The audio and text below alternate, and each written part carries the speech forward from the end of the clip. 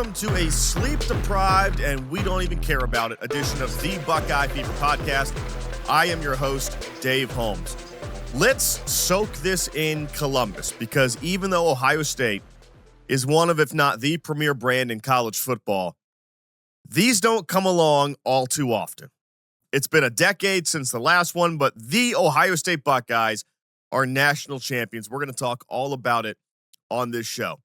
And with all due respect to Ryan Day, he says, this is not about me. This is about the players on this team. Ryan, I love you, but a lot of this is about you. Because I've never seen a coach flip a narrative in 6 weeks like Ryan Day. 6 weeks ago, people wanted him dead. They wanted him gone. I got a chance to spend a few minutes with Ryan Day and do an interview with him before the Tennessee game. So this is after the Michigan loss, leading up to Tennessee. And I won't say too much of we talked on cam and also off cam, but let me just say this, that no one in the city of Columbus felt the weight on his shoulders like Ryan Day.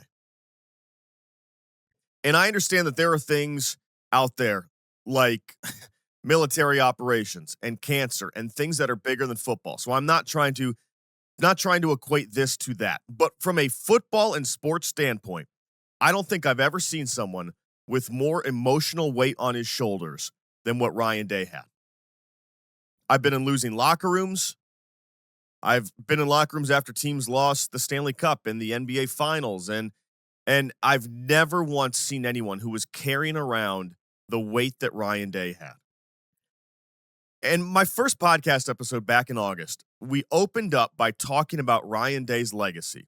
And I talked about how the Ryan Day haters had a point and the Ryan Day lovers had a point. And people really hate sometimes on this show. They say I'm riding the fence, right? I see it in the comments. Get off the fence. But here's the problem, folks. Much of life, if not most of life, exists on the fence.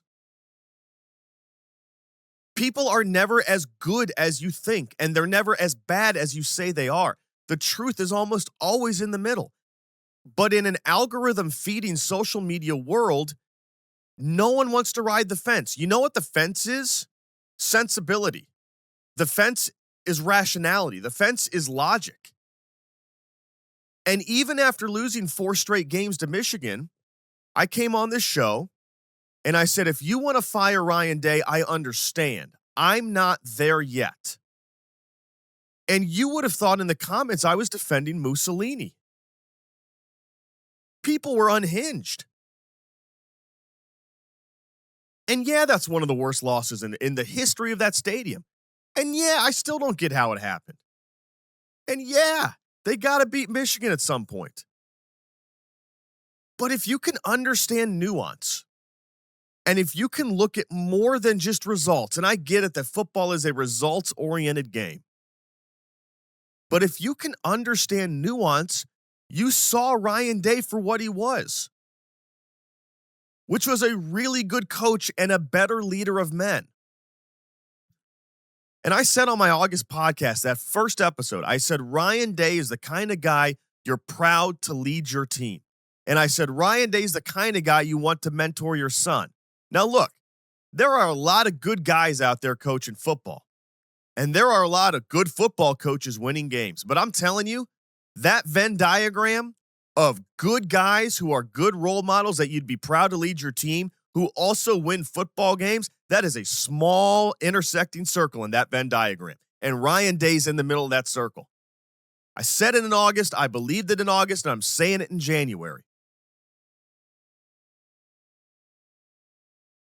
We are so quick to just kill people. It is a hot take society.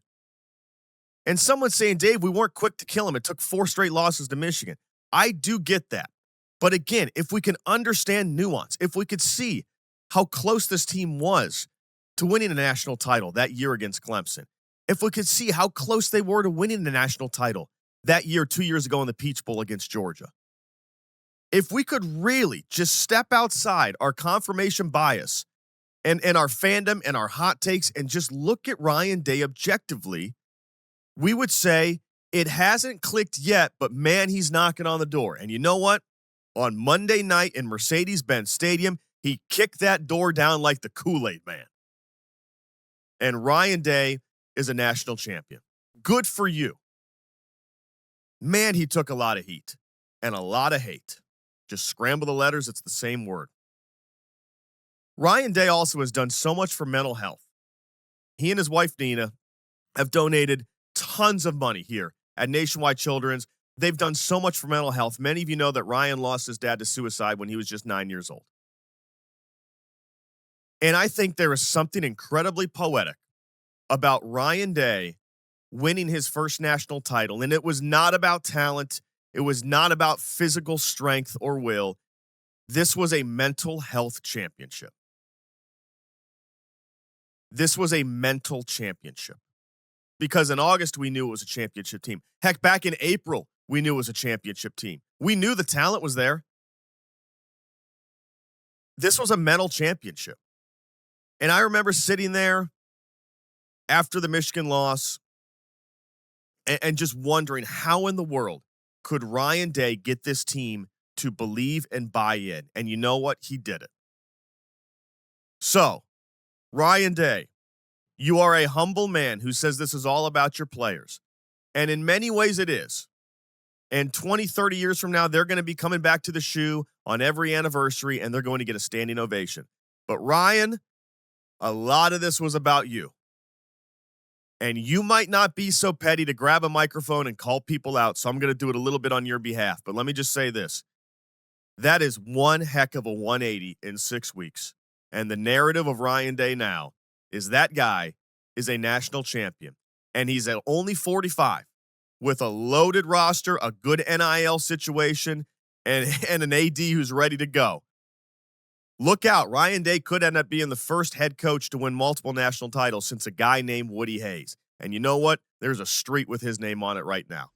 Congratulations, Ryan and the Buckeyes. Coming up next here on the Buckeye Fever podcast, I'm going to take you to what I believe was the defining moment of the Ohio State season. And your hint is it did not even happen during a football game. Stay with us.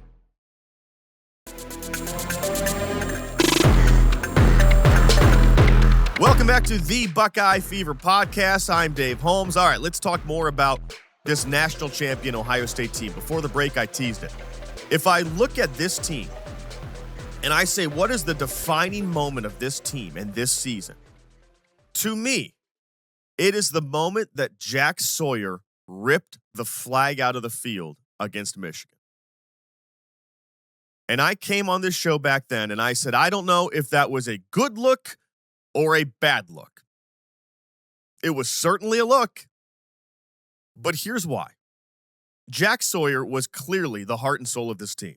A year ago, he was the ringleader, getting guys to come back for the senior season and forego the NFL one more time.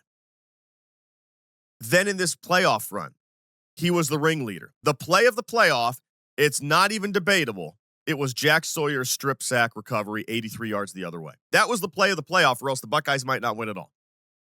So when Jack Sawyer ripped that flag out against Michigan, to me, he was ripping the Band-Aid off. And I don't want to get too sentimental, metaphorical here, but I think the moment he ripped the flag out, he was saying, no more. We're done here. We're done here. We are 0 for 11 in our goals. Win the Big Ten title 0 for 4. Beat Michigan 0 for 4. Win the national title 0 for 3. And Jack Sawyer, that flag-ripping son of a gun, as I called him in the post-game, he came in the room, I said, Jack Sawyer, you flag-ripping son of a gun. Look what you've done. And he started laughing. But I mean it. I think when he ripped that flag out, metaphorically, that was a new page turning on this Buckeye season.